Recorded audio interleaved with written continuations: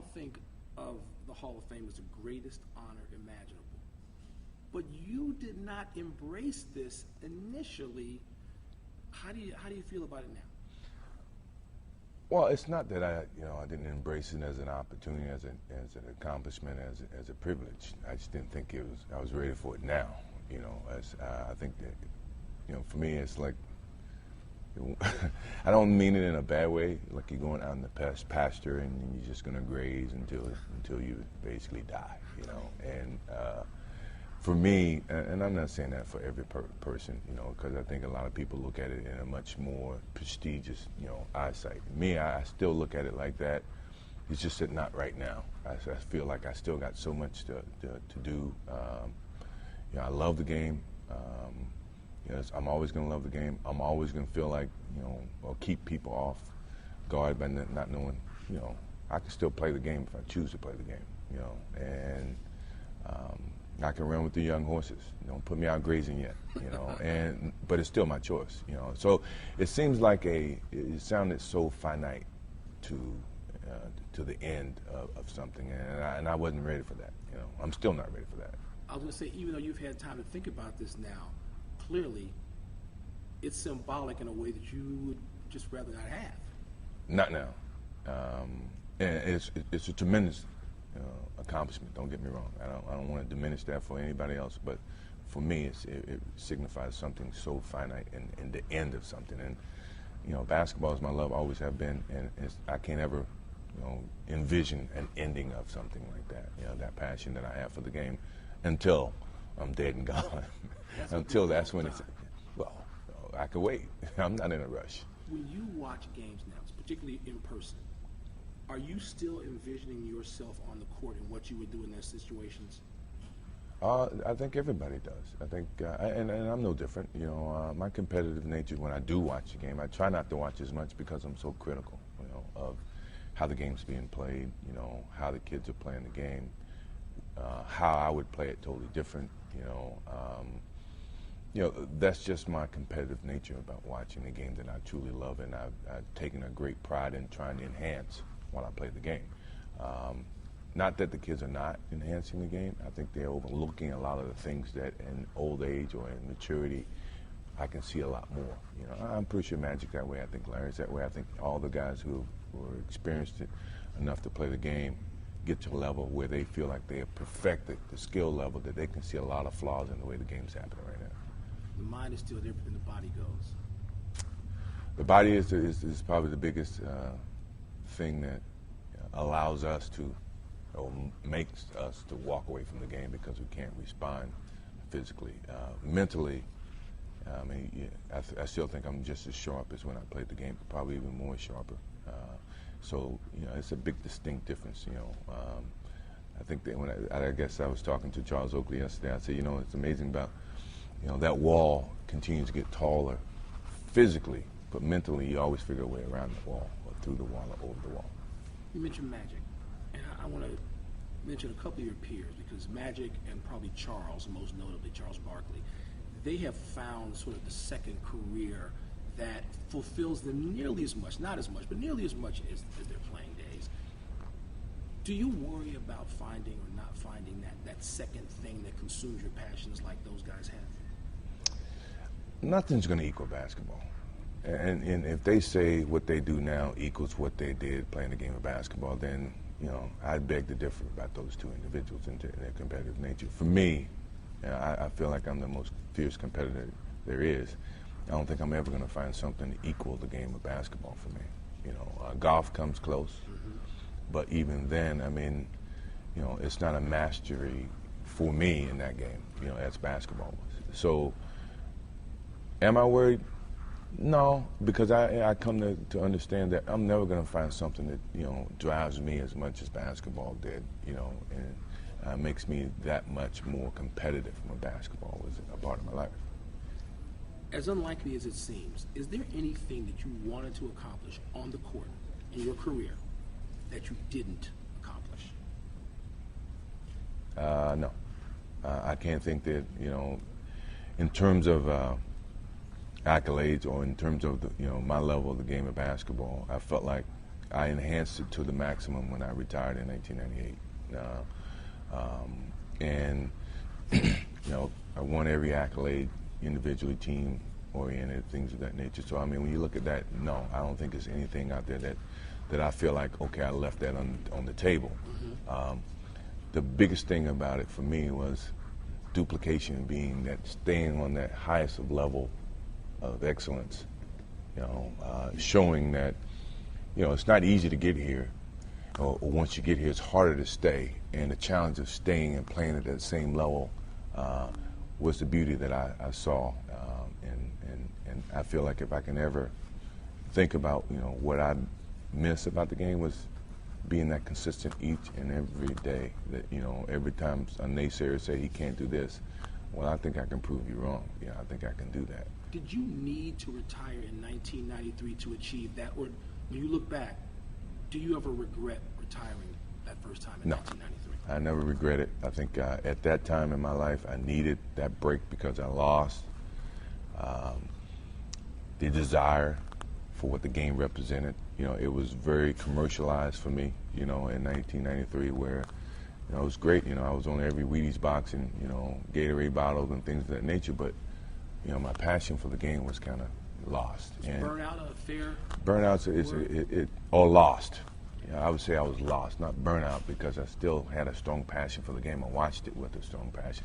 I was lost in the midst of so much things going around the game. And what baseball did for me was got me back to the basics of how much the game, how much I loved the game, how genuine the game was, you know. And playing with those minor leaguers, I would never change that for nothing in the world, because I think, you know, that reinstilled some of the desires that I had when I was a kid, you know. And it was easy to showcase that once I got back. And I didn't want it to end, you know. And when the team was broken up in 1998, you know, I wasn't ready to retire, in all honesty, because I felt like we still could compete and still win, you know. But the nature of the business changed, you know, from the Bulls standpoint, from Phil's standpoint, from Dennis, and from Scotty. And here I am. I was just there to pick up the pieces and make my decisions, either stay in or rebuild or go somewhere else. If that team had been able to stay together, was your eye on Bill Russell's number? I mean, we talk about Tiger and Jack Nicklaus and majors, championships. The only guy ahead of you out there really is Bill Russell. Did you think about that? Well, you know, I mean, you take it year by year. I do believe we could have won 7. And, you know, I don't want to take anything from David Robinson and, you know, those guys in his shortened year in '99. But I felt like we still had a good chance if we would have kept the team together. Now, that was a big decision from the Bulls standpoint. We'll never know, but it's great for thinking, great for conversation, great for debating. But in my mind, I really believe we could have won 7. And if we won 7, then, you know, the competitive nature would have been, let's keep going. You know, let's get to 8, let's get to 9, until someone beat us, until I actually lose in the finals, which was it never happened. You know, I think we could have. I like to see us stay together. Historically, some of the very best baseball players, guys including Joe DiMaggio and Willie Mays, they coveted the distinction of being called, you know, the greatest living baseball player. And I wonder, as this whole week unfolds, if you care about being called the greatest basketball player ever, does that matter? Do you want that? I don't want it, in a sense, because I think it disrespects Wilt Chamberlain, Jerry West, you know, all the guys that prior to me I never had a chance to play against. You know, what everybody's saying I am, I never had the chance to compete against other legends that was prior to me. When I hear it, I cringe a little bit, because, you know, it's a little bit embarrassing, because no one knows. You know, I never had the chance, once again, to play against those guys. You know, I would love to have played against them, but I never did. You know, and for you to say that I'm better than him, I mean, it's your opinion. You know, it's their opinion. I accept that as their opinion. If you ask me, I would never say that I'm the greatest player. You know, and that's because I never played against all the people that represented the league prior to Michael Jordan. Your Hall of Fame induction this week has given everybody a chance to look back at their favorite Michael Jordan moments. Everybody has one. I wouldn't expect you to have one, although maybe you do. But what are a couple of them? I mean, what's important to us may not be important to you. What sticks out to you when you watch all this stuff? Wow. Yeah, I've seen a lot of stuff going across the TV and a lot of highlights and things of that nature, and you know, they all represent me. I can't. It's like Coach Smith says all the time. He says, you know, you ask me what's the greatest player that ever played at the University of North Carolina. He said that's like asking which one of my kids is better than the other kid. You know, I find it very difficult for me to single out all the things that I've done in the game of basketball, which have been, you know, attributed to a lot of hard work and supportive people over the past, you know, 20-some years. I can't pick one moment. You know, I can say, okay, my whole name changed from Mike Jordan to Michael Jordan when I made the shot in 1982. But, you know, obviously to finish up in 1998, making a shot at, you know, Utah, coming back, and, you know, last shot I made in Chicago Bulls. I mean, those are two that I think you can continue to find more in you know, my baseball years. People look at my baseball years and they put so much, you know, negative twist on it. To me, you love those. You love that. I wouldn't change that for nothing in the world, because I saw genuine people trying to achieve their dream with the faintest idea if they could or couldn't. You know, very few of them do, you know, but you can never tell them, you know, and I couldn't even tell them. I just enjoyed being around them, because that to me was true passion for the game that they truly love. So, I mean, there's so many things in my career that I just can't pick one out and say, you know, that's my favorite. Sick game is mine, but that's another story. Which one? The sick game. Yeah, but what about the dream team?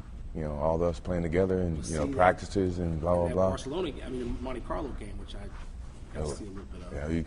Yeah, Magic don't like that one. No, I can imagine. He doesn't. There's a lot of trash talking going on. One of the last things I want to ask you about the dream team.